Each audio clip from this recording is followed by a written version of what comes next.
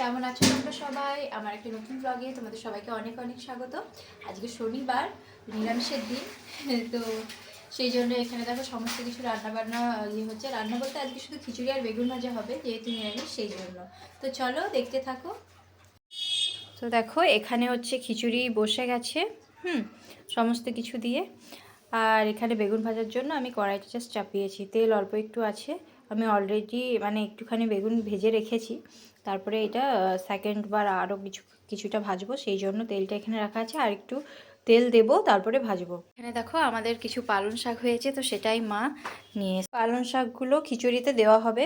এগুলো কিন্তু আমাদের গাছের একদম, জানো তো, বিনা সারে এরকম হয়েছে। দেখো কি সুন্দর হয়েছে না পালং শাকগুলো, এগুলো খিচুড়ির মধ্যে দেওয়া হয়। আর আজকে এত ঠান্ডা লাগছিল, তাই বাইরে রোদে অনেকক্ষণ আমি আর পুচকু কাটালাম। রোদটা ভীষণ ভালো লাগছিল, জানো তো। আর বুনুরাও বললো বাইরেই খাবো, সেই জন্য দেখো মা বাইরেই এদের খেতে দিয়ে দিয়েছে। আর তারপরে ওদের খেতে দেওয়ার পরে দেখছি পুচকুকে নিয়ে মা এখানে বেশ কি করছে। তারপরে আমি যেয়ে দেখছি যে পুচকু ওই ফাঁকা জায়গাটা দেখে, মানে ওই ডিজাইনটা দেখে ভীষণ হাসছে। এই দেখো এই ডিজাইনটা, এটা দেখে ভীষণ হাসছে। তো ওটা দেখে মা আর আমি খুব মজা নিচ্ছিলাম আর কি। তো তারপরে আমি বসে গেলাম খেতে, কারণ অনেকটা বেজে গেছিলো, প্রায় 2:30-3টের মতো বাজছিল।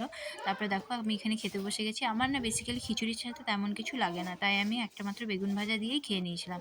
আর এখানে দেখো এইগুলো হচ্ছে আমার মায়ের শখের গাছ। এটা আমার মায়ের শখের একটা জায়গা, এইগুলো সব লাগিয়েছে মা। গাছ লাগাতে খুব ভালোবাসে তো তাই। তো চলো আজকের ভিডিও এখানেই এতটাই থাক আর কি। দেখা হবে অন্য কোনো নতুন ভিডিওতে। ভালো থেকো সবাই, টাটা।